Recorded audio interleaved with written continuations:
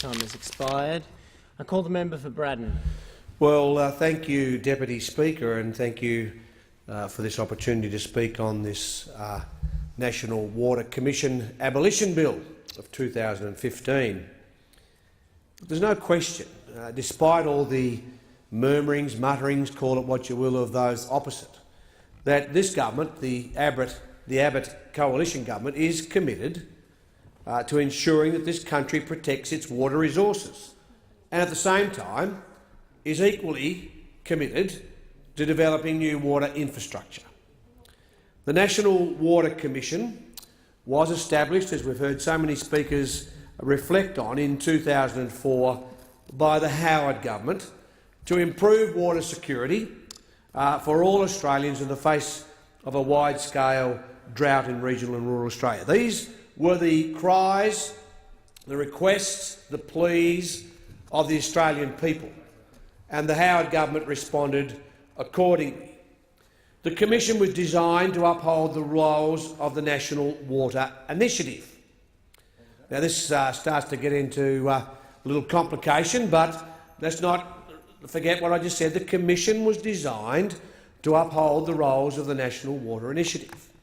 Now, the National Water Initiative is designed to uphold the principles of trying to improve the efficiency of Australia's water use, to promote investment for regional Australia, particularly, Mr Deputy Speaker, towards the farming community, and through programs to promote environmental concerns. Of course, we would want to particularly focus attention on our farming community, the great wealth creators of our nation, the people who put us on the map as far as branding goes across the world, and whose produce is increasingly being sought by a growing middle class of Asia.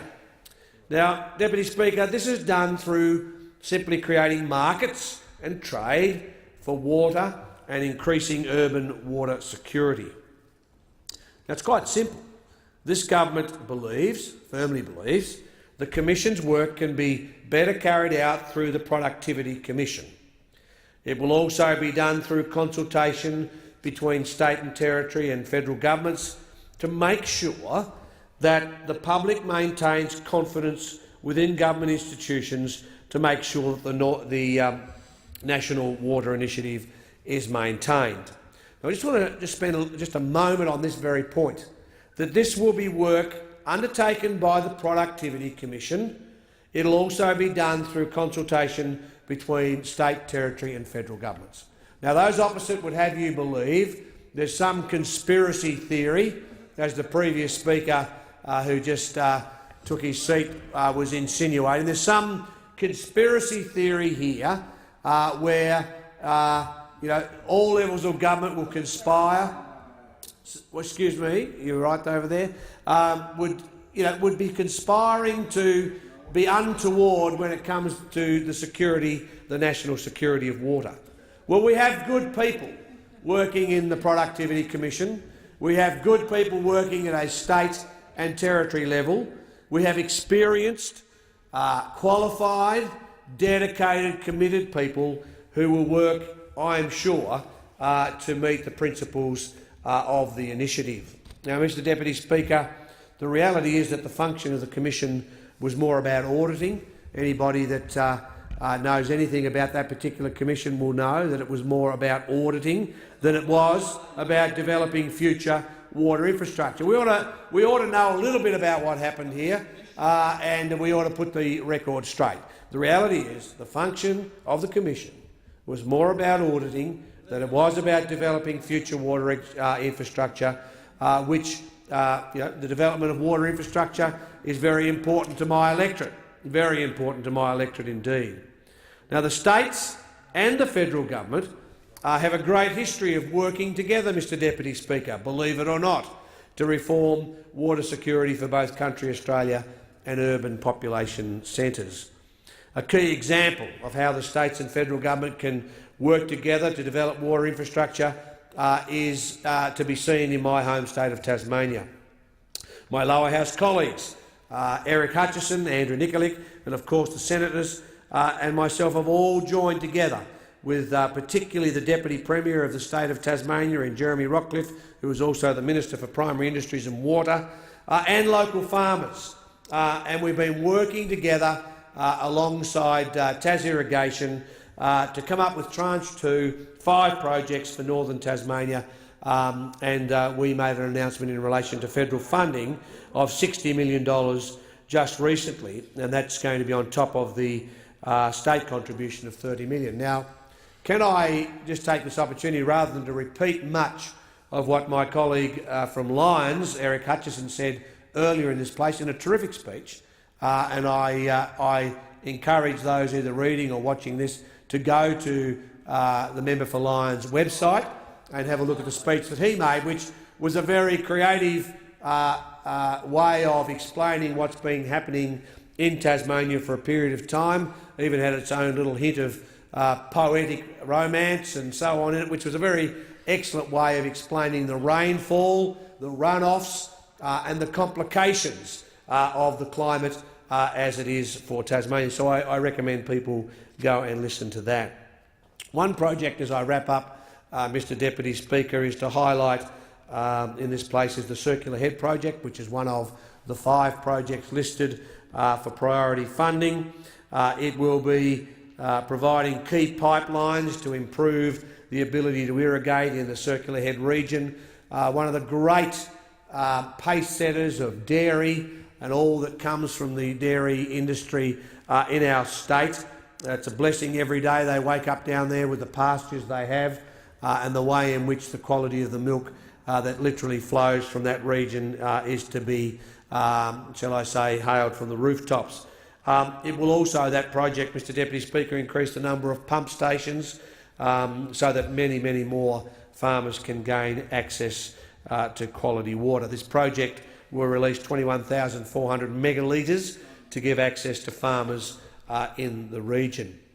This project will create up to 150 jobs and will help improve the ability for farmers to export their quality produce in both the interstate and overseas markets, as well as improve the water security of the region. Now, Deputy Speaker, what's happening in my home state when it comes to agriculture and horticulture is exciting. It's exciting indeed to see the levels of confidence, the increasing levels of investment, and this is coming on the back of their own belief in what they can attain in the global economy. And obviously it would be an understatement to say that the agricultural sector in Tasmania, more particularly in the northwest of my electorate, absolutely excited about the prospects that are going to flow from the free trade agreements to Korea and Japan and China, and hopefully we may see a free trade agreement with India. Opening up those markets, those export markets, which will now, by the way, Deputy Speaker, be able to be freighted to these export markets with the enhancement of the Tasmanian Freight Equalisation Scheme, making them more competitive. We see people in our electorate all the time from all over the world. They want Australian produce, Mr Deputy Speaker, but dare I say in this place, above Australian branding, they want Tasmanian branding. They want Cape Grim beef. They want King Island beef. They want the cleanliness of Cape Grim water. They want the top-notch whisky. They want the cheese. They want the berries. Now, Mr Deputy Speaker, my job is to be an ambassador for my electorate, and it's quite an easy task when you've got such good produce to sell. So there are exciting days ahead, but for that to continue to grow in our state, and I'll talk about it at a state level, not just my electorate, we need the water infrastructure. I know we get plenty of rain, but we have more runoff as a percentage of it pretty well anywhere else in the country. We have to capture the runoff of the rain that falls in our great state and make sure it's put back to where it needs to be. Can I take this opportunity to thank Jeremy Rockcliffe, who's the Minister for Primary Industry and Water in the state, and to the Prime Minister for their willingness to work together with us as a Tasmanian Liberal team to make sure that all Tasmanians can benefit from the work of their governments. Mr Deputy Speaker, some Tasmanian senators, not from this side of the House I have to say, have made statements in the Senate which are totally incorrect. Now that'll come as no surprise, I suspect, to many. But Mr. Deputy Speaker, can we just Order. The member for Wakefield. You have to be relevant to the bill, Deputy Speaker, and this is Thank you. completely Order. irrelevant Resume to the your bill. seat. Take your point of order. The member for Braddon. Yeah, thank you to the member who just resumed his seat, who's totally irrelevant to this House. Senator Urquhart in the other place. All right, the member for Wakefield will hear the remarks and then we'll decide whether they're relevant. So thank you. Okay, order. The member for Braddon. Thank you, Deputy Speaker. Senator Urquhart has stated that abolishing the board will be short-sighted, that savings aren't worth it, the government isn't about standing for accountability and that we're only going backwards with our approach. Senator Singh has also made similar points. Well, the first point I want to make, Mr Deputy Speaker, is this body was originally intended to go for 8 years. 8 years is enough to improve how we look at water security and to improve our systems in a major effect. Now, a large chunk of the hard yards, Mr Deputy Speaker, has already been done by the National Water Commission, and keeping it going would simply be a waste. Now, what isn't short-sighted, I should say, is to make efficiencies where there will be minimal to no difference in the ability for the work to be done. It's short-sighted to keep a bloated body, in my view, Mr Deputy Speaker, going, and I support this bill. This government has always considered water to be, in the words of Senator Urquhart, an A-level issue. This is why we are debating the merits of this bill for all. Mr Deputy Speaker, this bill deserves the support of the House, and I thank you for the opportunity. I thank